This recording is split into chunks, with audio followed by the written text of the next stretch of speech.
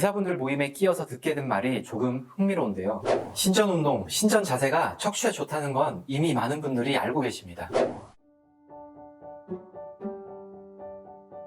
디스크 손상 후 후방 섬유륜의 상처를 신전 운동을 통해 오므려 주는 건데요. 그렇게 하다 보면 디스크 손상의 경우가 회복될 수 있다는 이론입니다. 신전 운동의 효과는 환자였던 분들이 올려주시는 인터넷 글들에서 증명을 해주고 있습니다. 근데 이와는 정반대로 악화되는 분들도 있습니다. 허리 통증 및 디스크에 바이블이 된 이 운동 때문에 곤혹스러움을 종종 느낀다고요. 진료하다 보면 신전 운동을 하다가 악화된 환자분들이 굉장히 많다고 합니다. 오히려 본인에게 맥킨지 운동이 좋은데 왜 악화되었는지 묻는 환자분들 때문에 솔직히 귀찮다고 말하셨죠. 돌아와서 신전 운동 관련 유튜브 댓글들도 자세히 보면 신전 운동을 하는데 더욱 통증이 심해졌다라는 댓글들도 많이 있습니다.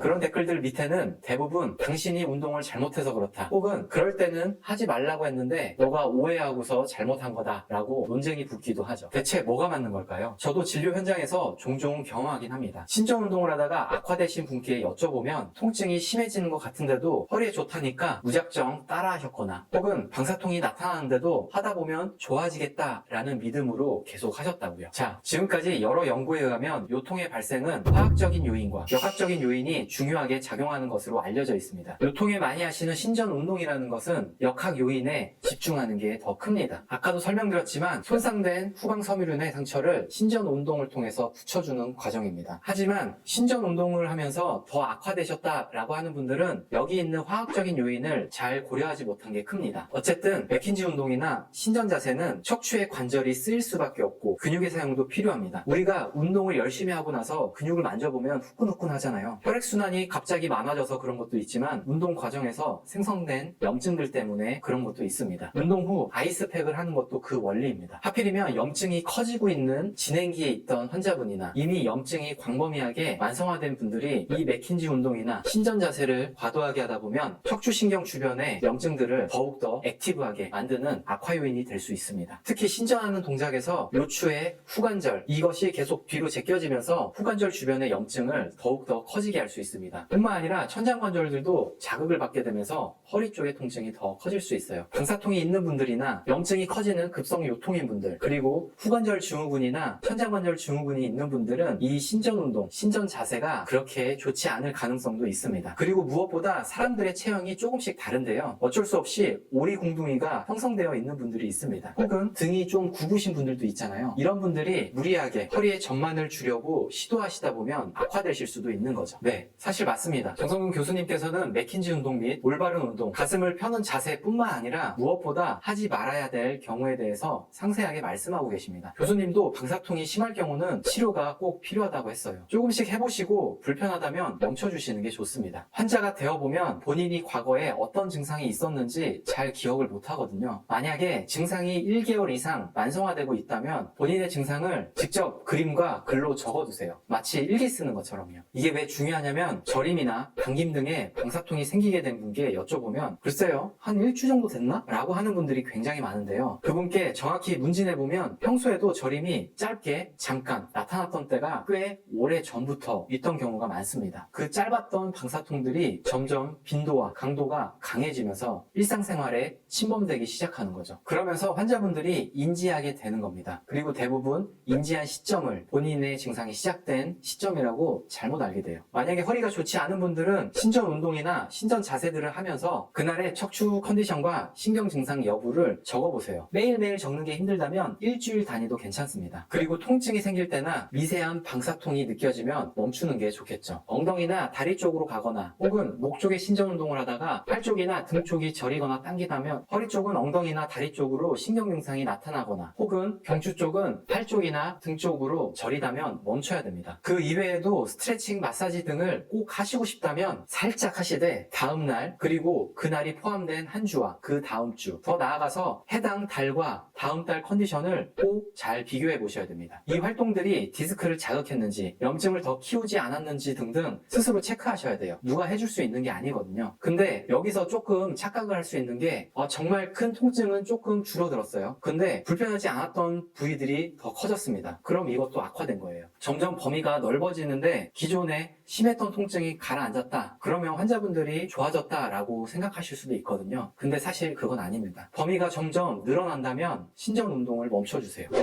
무엇보다 사람마다 조금씩 다를 수밖에 없어요. 이건 사람마다 체형이 모두 달라서 그렇습니다. 만약 신전 운동을 통해서 증상이 조금 개선되시고 난 이후에는 안전한 방식으로 근육 운동을 조금씩 해주시는 게 좋습니다. 그 방법은 이 영상에 잘 나와 있어요. 참고해 주시면 될 것 같습니다. 척추 통증으로 고통받는 환자분들 지치지 말고 하루빨리 회복되시기 바랍니다. 그럼 지금까지 펠랩이었습니다.